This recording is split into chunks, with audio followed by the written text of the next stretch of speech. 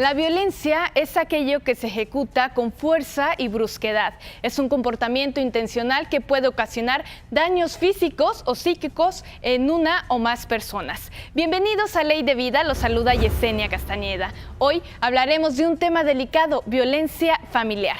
Para ello, nuestros compañeros Olivia y Jared realizaron el siguiente sondeo relacionado al tema. Veamos qué le respondieron aquí en Ley de Vida. Comenzamos.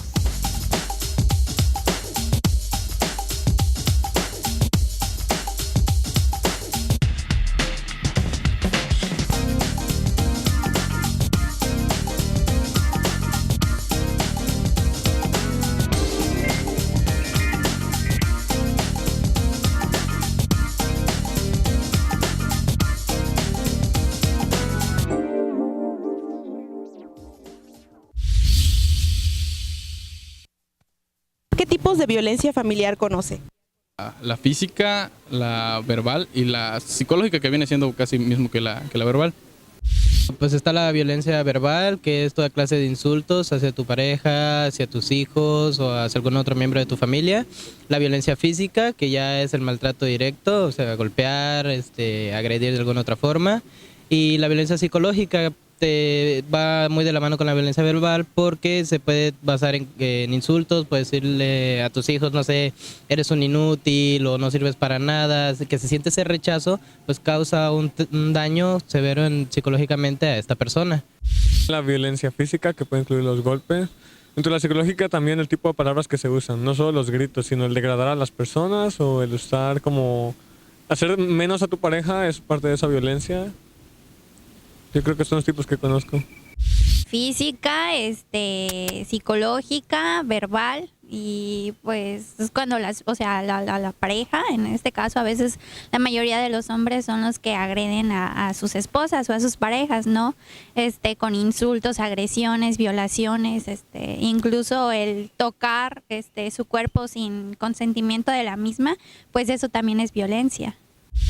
La física, psicológica y verbal, pero creo que he conocido más la psicológica y verbal, ya que quizás ahorita los hombres ya no son de los que golpean tanto a las mujeres, pero sí las lastiman con palabras ofensivas o con los gestos. Igual pueden dañar ahora sí que a una persona. Violencia física, psicológica, son los más comunes o las que yo conozco. Violencia física y violencia psicológica también, entonces sobre todo esas dos son en las que más se desencadena la violencia familiar. Esta y más preguntas de violencia familiar resolveremos en compañía de las expertas, y para ello doy la bienvenida a la doctora Renata Cabrera Sánchez, jueza de control y garantías de los juzgados de control y tribunales de enjuiciamiento adscrita a la MATE. Bienvenida, jueza. Gracias. Asimismo, saludamos a la licenciada María de Lourdes Mesas, psicóloga del Juzgado Segundo de lo Familiar. Bienvenidas.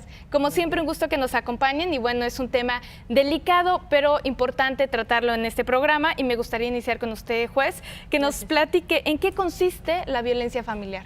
Sí, Yesenia, mira, la violencia familiar, considerada como delito en la materia penal, se sanciona en el Código Penal precisamente porque son conductas prohibidas. Está enfocada en el contexto que existe la violencia física, obviamente generada a través de la fuerza física, el sometimiento que se hace, el daño que se hace hacia la persona, puede ser de hombre a mujer o de mujer hacia hombre, hacia cualquier persona que esté dentro de un núcleo familiar, ya sean esposos, padres hacia hijos, exparejas, concubinos y parientes en línea descendiente por consanguinidad. El maltrato también puede ser emocional, puede ser verbal, puede ser psicológico, sexual o económico. Todas estas acciones que se toman son con la finalidad la persona de que someta a la otra, que la denoste en su integridad, que abuse de su persona, y en general está enfocado ese contexto en la violencia familiar.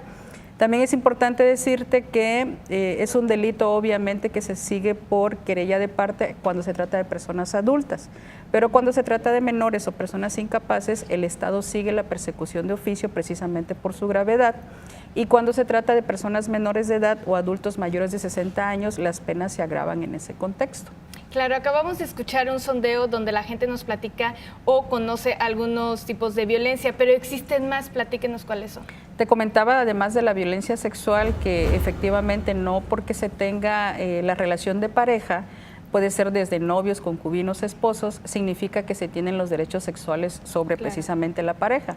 El sometimiento que se puede dar a través de la violencia económica, como te dije, no solo se da del varón hacia la mujer, sino cualquier persona en ese núcleo de familia que no te permitan acceder, en este caso, a tu economía, en el caso de que seas una mujer, una persona que está trabajando y que no puedas disponer de tu propia economía. El maltrato psicológico, las prohibiciones de acceder a lugares, de que te vistas de determinada forma, toda la psicología que no solamente son golpes, no solamente son malas palabras, sino restricciones, acciones o dejar de hacer, dejar de permitirte hacer en un núcleo que te genera violencia en tu persona. Claro, ¿quiénes intervienen en el procedimiento penal de violencia familiar, juez? Pues siempre es la parte agraviada, que te digo, puede ser un hombre, puede ser una mujer, una persona adulta, una persona menor de edad. Los menores de edad siempre van a estar representados por sus progenitores, en caso de que no los tengan, por el Ministerio Público, por la Procuraduría de la Defensa del Menor, por la asistencia psicológica que deben de tener en su momento siempre que vayan a comparecer a una audiencia.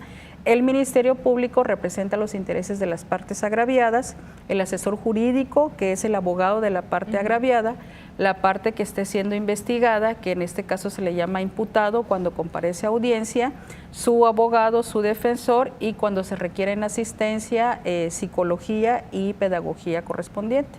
Claro, como bien menciona, los psicólogos forman parte de este procedimiento. Me gustaría que nos platicara en qué etapa o si en todas las etapas de este proceso ellos tienen participación. Sí, como el primer requisito constitucional que tienen todas las víctimas, la Convención Americana de Derechos Humanos y el Pacto Internacional de Derechos Civiles y Políticos, que lo señalan como garantías judiciales, es que cualquier persona en un entorno que haya sido violentada, la primera asistencia que se le debe de dar es física y psicológica en caso de que lo requiera, atención inmediata urgente. Si va a comparecer en cualquier etapa del proceso penal y la persona está afectada, es importante que previamente ya haya tenido una asistencia psicológica. Donde es indispensable que esté el psicólogo es cuando se trata de personas menores que sí tengan ya la capacidad para declarar en una audiencia, pero tienen que tener esta asistencia que nos ayudan como jueces y nos conducen en la audiencia para determinar si son viables las preguntas que les van a hacer a todas las partes. Y finalmente, en la etapa de juicio oral, que es cuando se produce una prueba, cuando se escuchan a las personas en declaración, es indispensable también que esté la presencia del psicólogo. Claro, y para ello nos da mucho gusto que nos acompañe en el estudio, psicóloga.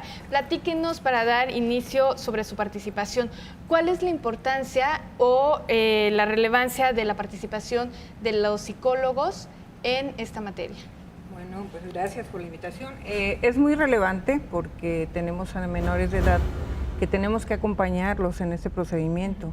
Cuando existe la violencia en la familia, tenemos que delimitar que se está violentando tanto a los integrantes como al núcleo familiar. Entonces, claro, el niño entra en un estado de confusión, de conflicto.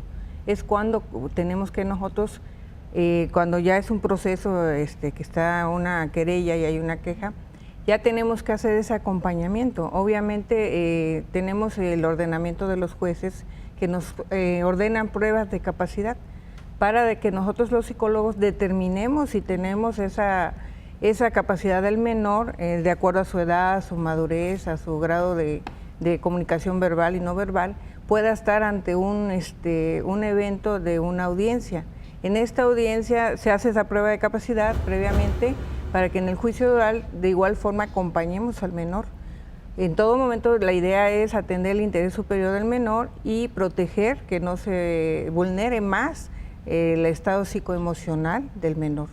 Claro. En el caso de algún asunto de violencia familiar. ¿Y cómo van desarrollando este proceso ustedes como psicólogos durante todas las etapas de un juicio penal, ¿no? Obviamente nos lo ordena la juez en un momento determinado. Hay otras instancias que también acompañan, como es el DIF, que determina un tutor para que acompañe al menor. Y en otros casos nos ayudan, nos invitan a nosotros para que acompañemos. ¿Cómo nos preparamos? Es un acompañamiento cuando se diagnostica que el menor requiere de una terapia específica.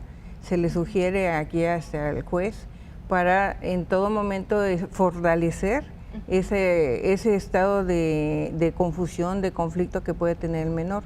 Obviamente cuando hay violencia dentro de la familia, todo el esquema de la familia se va desintegrando, la comunicación se va distorsionando, existe una serie de situaciones de conflicto, afectaciones psicoemocionales en que cada uno de los integrantes lo va viviendo de diferente forma. Claro, ¿este proceso solo se lleva con los menores de edad o también con los hijos que ya tienen mayoría de edad? También cuando es ordenado también se da atención de urgencia, dice la ley, en atención psicológica a todos los integrantes de la familia cuando se requiere. Excelente, pues vamos a conocer también parte de este procedimiento en esta etapa de violencia familiar. ¿Cómo llevan a cabo ustedes este proceso, juez? Bueno, muy bien. Cuando las personas denuncian, se realiza una investigación en el Ministerio Público y cuando el Ministerio Público considera que tiene reunidos los elementos necesarios para iniciar una audiencia, se llama judicializar el proceso, llegan con nosotros. También es importante, previo a esta circunstancia, informarte que existen también medios alternativos de solución de controversias, así lo señala el Código Nacional de Procedimientos Penales, es decir, que no todos los asuntos deberían de llegar a juicio. Sin embargo, para el delito de violencia familiar hay una prohibición de realizar acuerdos reparatorios para que se proteja que la víctima, en este caso ya sea mujer o hombre, persona adulta, menor de edad, obviamente representado, no se le esté coaccionando o vulnerando su autonomía para decidir si realiza ese acuerdo o no, y esto sucede así porque cuando las personas, como lo refería la licenciada en psicología, están en un entorno de violencia familiar, muchas veces terminan cediendo a esos acuerdos no por voluntad propia, no porque estén de acuerdo, sino porque existen otras cuestiones, alimentos, hijos, pensiones, trabajo, que las obligan en ese entorno. Es lo que debemos de cuidar como juzgadores, que esa voluntad no esté sometida. Si llegan al juzgado, se hace una solicitud de audiencia, citamos a las partes, si se hace necesario el acompañamiento, se lo hacemos saber, se inicia el procedimiento, se le comunica a la parte que está siendo investigada por qué está siendo investigada, por qué el delito, si se realiza una vinculación a proceso, que es someterlo a un procedimiento penal, se señala una medida cautelar entre las que podemos nosotros como jueces establecer, se llaman medidas reeducativas con la finalidad hacia la parte que cometió la conducta delictiva, establecer en él un grado de conciencia, enseñarle, educarlo en esa rama, que esa conducta es delictiva y que ese entorno de violencia familiar no es el correcto. Y a la víctima, la asistencia que se le da psicológica es precisamente ayudarla a sanar en este procedimiento en todos los aspectos que ha sido afectada en la violencia familiar. Claro, importante. Pero bueno, llegamos a la mitad del programa, vamos a hacer una pequeña pausa promocional. Si ustedes tienen alguna duda o cualquier comentario, todo es bienvenido. Comuníquese a través de la página oficial del Poder Judicial del Estado de Chiapas y a través de las redes sociales del programa. No le cambie, regresamos con más aquí a Ley de Vida.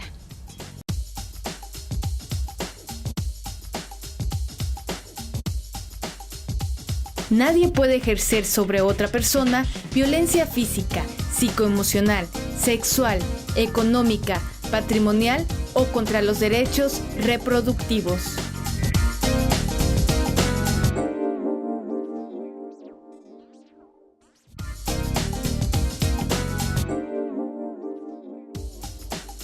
Si eres víctima de violencia familiar, aléjate del peligro y solicita apoyo con las autoridades. Debes llamar al 911.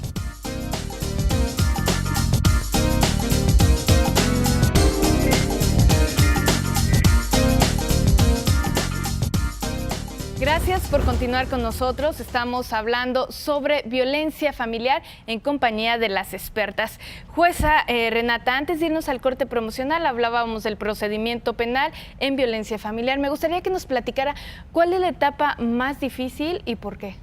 Propiamente ya en la etapa de juicio oral, porque es donde las personas acuden a declarar y muchas veces se tiene desde la complicación en los procedimientos hasta llegar, porque ya pasamos por todo un procedimiento penal, hasta la disponibilidad de las personas que muchas veces en el desgaste del proceso ya no desean declarar o no están en condiciones, o muchas veces escuchando los testimonios, las personas sufren también alguna situación que les impacta en su entorno emocional, y porque finalmente allí es donde se decide al final del proceso si existió el delito y las sanciones a imponer en su caso. La primera medida que se debe tomar para cualquier persona, más si está en un estado de vulnerabilidad, es sacarla de ese entorno de violencia familiar. Además del Ministerio Público, de la asistencia médica, de la asistencia psicológica, que no solo se trata de que la persona esté visiblemente golpeada, sino que esté en un entorno de este tipo de violencia familiar. Por ejemplo, en el Estado se cuenta con un centro que se llama Centro Estatal de Justicia para las Mujeres, donde incluso pueden tener alojo si en un momento dado salen de sus domicilios, asistencias a sus hijos. Obviamente es una estancia provisional porque son cuestiones urgentes en las que se les puede brindar preparación para las personas que no trabajan, dónde se van a ubicar a los menores, los estudios, las cuestiones de las escuelas. Es un proceso que se da paso a paso, pero que el primer paso es realizar la denuncia y continuar el procedimiento, someterse a este proceso para que salgan de ese contexto y a la par su procedimiento judicial vaya caminando. En este procedimiento judicial que hablamos, que tiene la atención de psicólogos, médicos, defensores públicos, ¿tiene algún costo para las personas que están llevando a cabo el proceso? Todos estos servicios son gratuitos. Excelente, entonces para que se acerquen y conozcan un poco más de las funciones y a lo que tienen derecho también. Así es. Y bueno, ¿qué le parece si ahora los invitamos, psicóloga también, y a la gente que nos está viendo, a escuchar cuál es el testimonio del defensor público o las defensoras públicas sobre la atención en el proceso de violencia familiar? Una parte importante, veamos.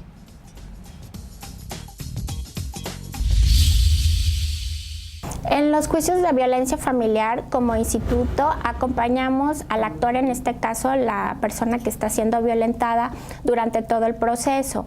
La persona, desde que llega con nosotros y le pedimos una serie de requisitos, cuando los cumple, se presenta la demanda ante la juez. Una vez que la juez la admita y se le notifique la otra parte y se continúen con todas las etapas del proceso, nosotros como defensores estamos con la actora durante todo el proceso, apoyándola, orientándola y realizando todos los trámites necesarios para efectos de que ella se sienta pues protegida y legalmente asesorada en cuanto al proceso. Este trámite, este apoyo que nosotros, este servicio, mejor dicho, que nosotros realizamos es de manera gratuita, no pagan nada por la tramitación del juicio, solo tienen que asistir cada que el defensor la cite y llevar todos los requisitos que nosotros les vamos marcando. Hasta la conclusión del proceso, hasta que la jueza emita una sentencia en donde resuelva el fondo del juicio y determine si existe o no existe la violencia familiar dentro del núcleo familiar. En materia de violencia familiar hay un caso que a mí en lo particular me ha marcado mucho, un juicio de violencia familiar en donde demandamos a un señor que tenía 8 hijos, pero eran de descendencia judía. Los niños estaban siendo víctimas de violencia familiar por parte del señor muy marcada y también la esposa, derivado de que tenían diferentes creencias y diferentes tipos de pensar, pero dentro del expediente se ven muchos tipos de violencia, porque no solamente está la violencia física, sino también la violencia psicológica, la económica, la emocional. En el caso de los niños sí fue muy marcado porque los niños comparecieron y dijeron los maltratos que le daba al papá, que les aventaba la cubeta en la cabeza, y situaciones que sí eran muy marcadas, ¿no? Que tal vez esta persona las miraba como disciplina o como parte de su creencia, pero si ya las mirábamos de una forma pues muy detenida, sí generaban violencia tanto hacia los menores como hacia la señora. Todas las personas que estén siendo víctimas de violencia familiar, como les mencioné, existen diferentes tipos. La violencia física, emocional, psicológica, económica, pueden acudir al Instituto de Defensoría Pública o que está ubicado en el edificio C del Poder Judicial del Estado para efectos de que se les promuevan sus solicitudes ante la autoridad, en este caso sería ante la juez familiar correspondiente, para efectos de que se tomen las medidas necesarias para efectos de salvaguardar sus derechos. Los trámites son completamente gratuitos, no van a pagar nada por la tramitación del juicio, pueden acudir para efectos de que se les brinde el apoyo, la asesoría y el trámite correspondiente. Importante la figura de los defensores públicos y bueno, hablando de todo el procedimiento penal de violencia familiar, pues me gustaría que nos platicara qué documentación se necesita para llevar a cabo el procedimiento. En este caso es encaminada cuando se tengan que acreditar los lazos, por ejemplo, de consanguinidad, la calidad de cónyuge, el acta de matrimonio, el acta de nacimiento de los hijos para acreditar los parentescos y cuando en la etapa de juicio propiamente para acreditar reparación del daño, si existen facturas de los gastos que la persona pudo haber tenido a consecuencia del delito, ya sea desde la violencia física, si ha llevado asistencia privada, psicológica y ha tenido que erogar, todo lo que se refiere a facturas para comprobar la reparación del daño que se pudiera imponer en sentencia en un monto económico. Excelente. Y hablando también en la parte de la figura de la psicóloga relacionada a este proceso, hablábamos de la importancia de la atención a los familiares, pero me inclino un poco hacia los menores de edad. ¿Cómo llevan ustedes el proceso con ellos? Ok. Al inicio, cuando se presenta la querella ante la Procuraduría, se determina que se deben hacer estudios psicológicos y victimológicos a los niños, a las personas que se están quejando de violencia. Es ahí donde se determina la participación del psicólogo de inicio. Posteriormente, de acuerdo a los dictámenes que hayan determinado, si es necesario, sugieren que se requiere de una terapia, se sugiere esta alternativa.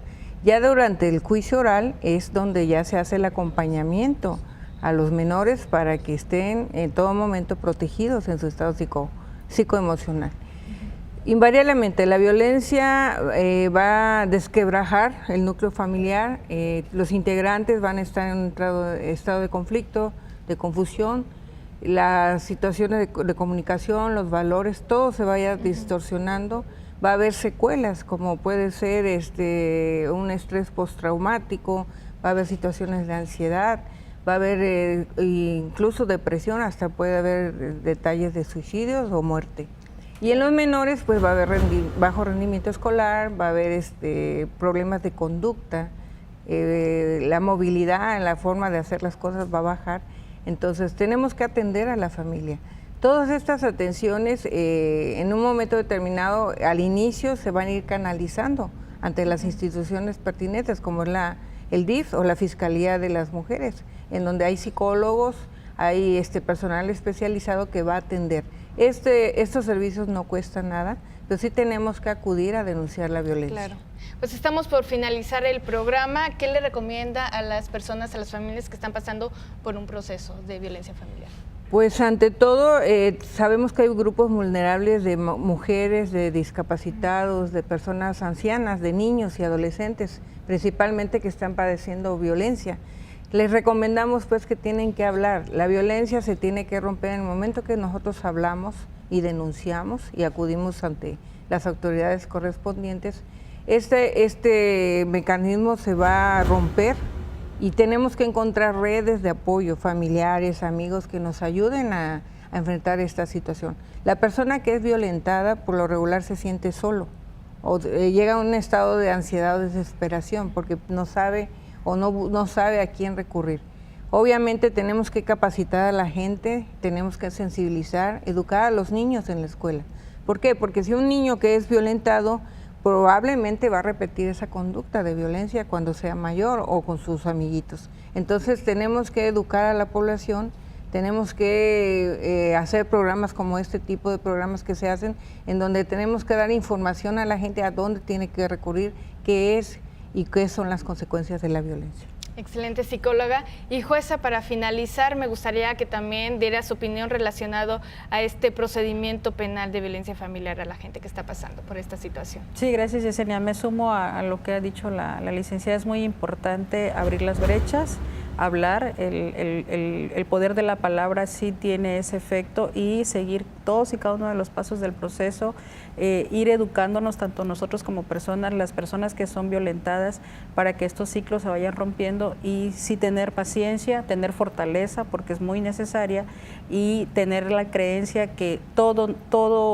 relación, todo sistema de violencia familiar afecta en todos y cada uno de los aspectos de una familia, y precisamente romper estas cadenas para que no continúen estas conductas. Excelente. Y bueno, antes de despedirnos, vamos con nuestra compañera Montserrat Arango a conocer las breves del Poder Judicial. Gracias, Yesenia, es un gusto estar de nueva cuenta con ustedes.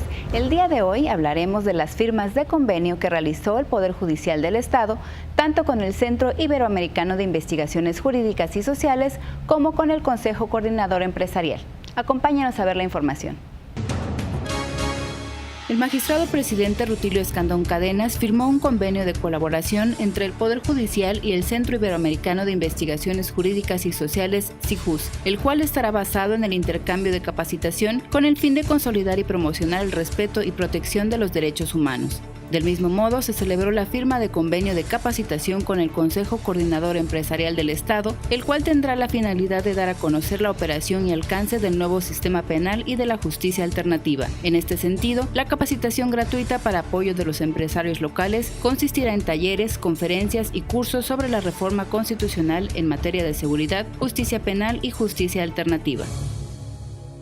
Los invitamos a que sigan todas nuestras actividades en www.poderjudicialchiapas.gov.mx y redes sociales. Soy Monse Arango y estas fueron las breves del Poder Judicial. Volvemos contigo, Yesenia. Gracias, Monse. Llegamos al final del programa. Agradecemos la participación de la doctora Renata Cabrera Sánchez, jueza de control y garantías de los juzgados de control y tribunales de enjuiciamiento adscrita a la Mate. Muchas gracias.